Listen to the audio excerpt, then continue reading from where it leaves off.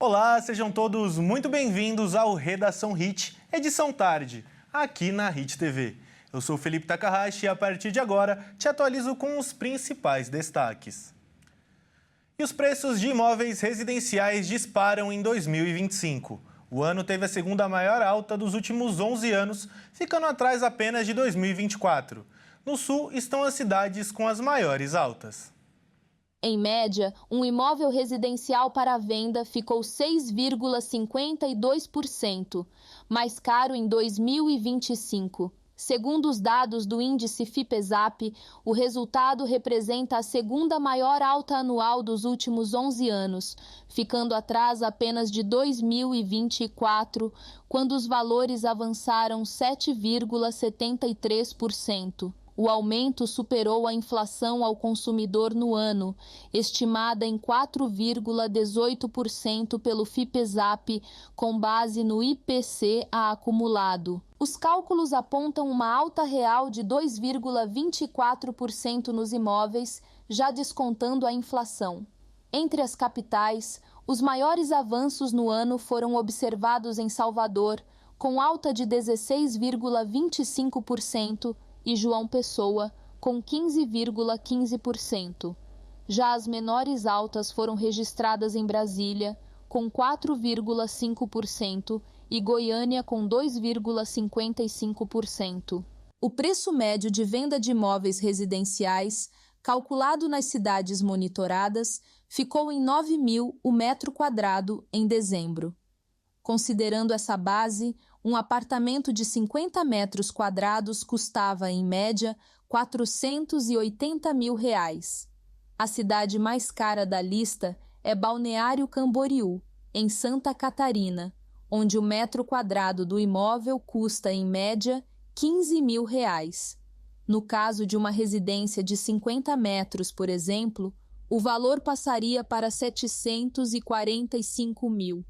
Já a cidade com o metro quadrado mais barato é Pelotas, no Rio Grande do Sul, custando R$ 4.300 em média. Com isso, um imóvel de 50 metros quadrados custaria em torno de R$ 217 mil. A nova tabela do Imposto de Renda 2026 traz mudanças relevantes para milhões de contribuintes. Mas, apesar de já estar em vigor, os efeitos só serão sentidos no salário pago a partir de fevereiro. Em vigor desde 1º de janeiro, a nova tabela do Imposto de Renda deste ano traz novidades, como a isenção total do tributo para quem ganha até R$ 5.000 por mês e a redução gradual do imposto para rendas de até R$ 7.350. A tabela tradicional não foi alterada e mantém os valores em vigor em 2025. A diferença está nos redutores adicionais instituídos pela reforma do Imposto de Renda. Para garantir o benefício a quem ganha até R$ 7.350, a Receita Federal criou novas tabelas de dedução a serem aplicadas simultaneamente com a tabela tradicional. As alterações valem para os salários pagos a partir de janeiro, com impacto percebido a partir do pagamento de fevereiro. As mudanças se refletirão na declaração do Imposto de Renda, pessoa física de 2027, que considera os rendimentos de 2026. As mudanças valem para trabalhadores com carteira assinada, servidores públicos e aposentados, e pensionistas do INSS ou de regimes próprios. E quem tem mais de uma fonte de renda vai precisar complementar o imposto na declaração anual, mesmo que cada rendimento isolado seja inferior a R$ 5.000. Também haverá uma redução decrescente para quem ganha até R$ 7.350. Acima desse valor, não há redução. Para compensar a perda de arrecadação, a reforma cria o Imposto de Renda da Pessoa Física Mínimo, voltado a quem tem alto poder aquisitivo. Pessoas com renda anual acima de R$ 600 mil entram na regra, com alíquota progressiva de até 10%, que será aplicada para quem ganhar R$ 1.200.000 ou mais anualmente. Mudando de assunto agora, um estudo mostra que as viagens feitas em carros de aplicativo custam mais caro aos domingos e no período da madrugada. A diferença em relação aos dias úteis e ao horário comercial passa dos 50%, segundo um levantamento feito por uma empresa especializada nesse tipo de serviço. O estudo mostra que os preços das viagens por aplicativos não variam apenas conforme a distância e a demanda, mas são impactados também pelo dia da semana e horário da viagem. Segundo a análise, o ticket médio das corridas aos domingos chega a R$ 19,59, contra R$ 15,82 nos demais dias da semana, o que representa um aumento de 24% no valor das viagens. Na madrugada, o salto é ainda maior. O ticket médio sobe para R$ 24,12, enquanto no restante do dia, o valor médio é de R$ 15,88, uma alta de 52%. Nesse período, o valor médio do quilômetro chega a R$ 3,74 contra R$ 3,31 no restante do dia, um crescimento de 13%. A análise foi feita a partir de informações da plataforma Machine, sistema usado por aplicativos regionais de mobilidade e delivery em diversas cidades brasileiras. Já para quem utiliza transporte público, olha só esse dado. Todos os dias, 46 celulares são furtados ou roubados dentro de ônibus, trens ou metrô de São Paulo. Os dados são da Secretaria de Segurança Pública do Estado. Hoje em dia está perigoso até para andar de transporte público. A Secretaria de Segurança Pública do Estado de São Paulo registrou mais de 15 mil casos de furtos e roubos de celulares dentro dos trens, metrôs e ônibus da capital paulista, o que equivale a 46 casos registrados por dia. Esses casos aconteceram entre janeiro e novembro de 2025. Nesse período, foram 14.609 casos em trens e metrôs, 759 nos ônibus, 15 em aeroportos e 128 casos registrados em rodoviárias. De acordo com os especialistas, esse número pode ser ainda maior. Esse número informado, 15.500 ou 46 por dia apenas no metrô, esse número é muito maior. Por quê? Muitas pessoas não notificam a polícia. Muitas pessoas não comunicam a autoridade policial, tanto de forma virtual como de forma presencial. Então esse número é bem maior. E se nós levarmos em consideração os outros tipos de transporte, né? Por exemplo, o ônibus, por exemplo, táxis, locais de grande circulação, aeroportos, o número é bem maior. A maioria desses casos foram furtos, que é quando a vítima nem percebe o crime. E a população está cada vez mais preocupada. Uma vez na Sé eu presenciei. O cara passou, levou o celular. Muita gente circulando junto, né? E as pessoas que necessitam, precisam melhorar mais, né? Esse sistema. A gente sempre sabe, né? Que alguém já foi vítima de furto, né? Então, assim, é um risco, né? Em todo lugar que nós corremos, né? Fica com vontade de reagir, de entregar, de falar, mas quando se trata de um público de muita gente, a gente fica com receio, né? De ter alguém armado, então a gente retrai, mas seria bom que a população realmente agisse, né? Com segurança para poder evitar isso. O celular, né? Você olha dentro da estação, tá todo mundo assim, ó. Então, é um pouco de falta de prevenção do próprio usuário mesmo. E a maioria desses crimes aconteceram dentro da Estação da Luz, que fica no centro da cidade de São Paulo. Foram 2.134 casos registrados.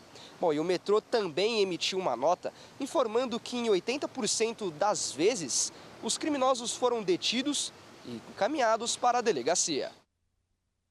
E bem, mudando de assunto agora, depois do ataque dos Estados Unidos, muitos venezuelanos correram para o supermercado com medo de faltar mantimento. As pessoas passaram horas na fila. A capital da Venezuela, Caracas, amanheceu com as ruas desertas após a operação dos Estados Unidos que levou à captura de Nicolás Maduro e da primeira-dama Cília Flores. Mas, horas depois, começaram a se formar filas em frente a supermercados. A população teme o desabastecimento em um momento de incerteza política e econômica após as forças americanas prenderem Maduro. Bem, é basicamente instinto. Passamos 6 anos vivendo em escassez e praticamente em filas 24 horas por dia, um dia inteiro, uma vez por semana. Você acaba repondo o que for necessário. No meu caso, precisamos de ovos, farinha ou carne. Com o que está acontecendo, acho que estamos voltando a 2017. Lembro que em 2017 tínhamos que ficar em filas enormes. As filas permaneceram. Acho que esta é a última fila que vou ficar. Peço a Deus que quem quer que assuma o controle de tudo, porque acho que é um cansaço entre o povo venezuelano por causa de tantas coisas que não gostamos. A Venezuela, que tem 30 milhões de habitantes, enfrentou uma crise econômica sem precedentes durante o governo de Nicolás Maduro. O produto interno bruto, a soma de tudo que é produzido na economia, reduziu 80% em uma década. Além disso, o país enfrentou 4 anos seguidos de hiperinflação. Em 10 anos, o Brasil recebeu 272 mil pedidos de refúgio de venezuelanos. Esse é o maior número de refugiados de um único país no território brasileiro. Apesar do grande fluxo, o Brasil é só a 4ª nação que recebe mais cidadãos do país vizinho. Segundo o Acnur, Alto Comissariado das Nações Unidas para Refugiados, 6.500.000 venezuelanos são refugiados em todo o mundo. No Brasil, só em 2025, foram 19.956 pedidos de refúgio de venezuelanos dos mais de 69 mil solicitações recebidas, segundo dados do Observatório das Migrações Internacionais, ficando atrás apenas dos pedidos vindos de cubanos. A maior parte dos pedidos é registrada em Roraima. Em 2025, foram 33.160 no estado, sendo 13.947 venezuelanos. O estado faz fronteira com a Venezuela. Apesar do alto número, os dados revelam uma desaceleração das solicitações nos últimos anos. Desde 2015, os pedidos de refúgio por parte dos venezuelanos passaram a crescer no Brasil, quando o país andino começou a enfrentar uma forte crise econômica. No ano seguinte, os venezuelanos já eram responsáveis pela maior parte dos pedidos registrados no Brasil, chegando ao pico em 2019. O país permaneceu como líder em solicitações até ser sugerido por Cuba no ano passado. No fim de 2025, o governo federal firmou um acordo no Supremo Tribunal Federal para envio de 115 milhões de reais ao governo de Roraima, para suprir parte dos gastos estaduais com os venezuelanos. Para ser considerado refugiado, o Comitê Nacional para os Refugiados avalia se a pessoa fugiu de seu país devido a fundados temores de perseguição, por raça, religião, nacionalidade, grupo social ou opinião política, conflitos armados, violência generalizada ou graves violações de direitos humanos. E veja a seguir, um pesquisador brasileiro descobriu que apenas com injeções é possível acabar com uma hérnia de disco. Essas e outras notícias você confere daqui a pouco.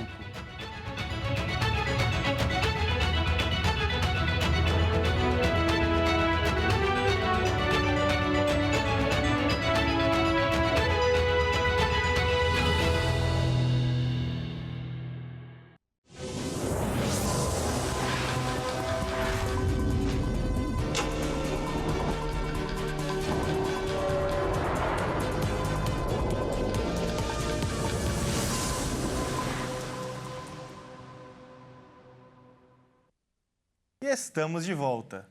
Um novo medicamento contra a obesidade que já está sendo testado em humanos apresentou resultados significativos. Pesquisadores anunciaram o desenvolvimento de uma nova pílula capaz de estimular a queima de gordura mesmo em períodos de repouso, sem comprometer a massa muscular. Os resultados observados em testes com animais e em um estudo inicial com voluntários indicam um possível avanço no tratamento da obesidade e no diabetes tipo 2, ao aumentar o gasto energético e favorecer o controle da glicose no organismo. O estudo foi divulgado na revista científica Cell e descreve uma nova classe de medicamentos criada para atuar de maneira mais precisa no metabolismo muscular. Diferentemente de abordagens tradicionais, o composto foi projetado para agir de forma seletiva, reduzindo o risco de efeitos colaterais que costumam limitar o uso prolongado desse tipo de terapia. Segundo os cientistas, a substância não ativa de forma ampla o sistema adrenérgico, responsável pelas respostas do corpo ao estresse. Em vez disso, o medicamento aciona apenas uma via específica de sinalização celular relacionada ao uso de energia, o que permite aumentar a captação de glicose pelos músculos independentemente da insulina e intensificar a queima de gordura corporal. Outro ponto destacado é a preservação da massa muscular, considerado um desafio em tratamentos para perda de peso. Apesar dos resultados promissores, os pesquisadores ressaltam que serão necessários estudos clínicos mais amplos para confirmar a segurança e a eficácia antes de uma eventual liberação para uso comercial. O pesquisador brasileiro descobriu que apenas com injeções é possível acabar com uma hérnia de disco. A técnica minimamente invasiva é eficaz para pacientes que não respondem ao tratamento conservador, que consiste em fisioterapia, medicação e acupuntura. A hérnia de disco ou profusão discal é a principal causa de dor ciática, afetando de 1 a 5% da população anualmente. Trata-se daquela dor terrível aguda que começa nas costas e parece que desce queimando pela perna. A condição chamada radiculopatia lombar é um dos principais motivos que levam as pessoas a buscar um médico por causa de dor e incapacidade. Nessa condição, a dor acontece porque uma raiz nervosa na base da coluna está sendo apertada ou está muito inflamada. Essa inflamação gera sinais de dor superpotentes para o cérebro. Quando o corpo não consegue se curar sozinho, o tratamento conservado envolve fisioterapia, medicação, acupuntura, correções posturais e mobilização articular. Quando isso não resolve, a opção seria a cirurgia ou injeções epidurais, que nem sempre são precisas. A nova técnica, chamada infiltração epidural transforaminal infraneural utilizando corticosteroides, é indicada justamente para esses casos que não respondem ao tratamento conservador, desde que o paciente ainda não tenha déficit motor, a fraqueza muscular.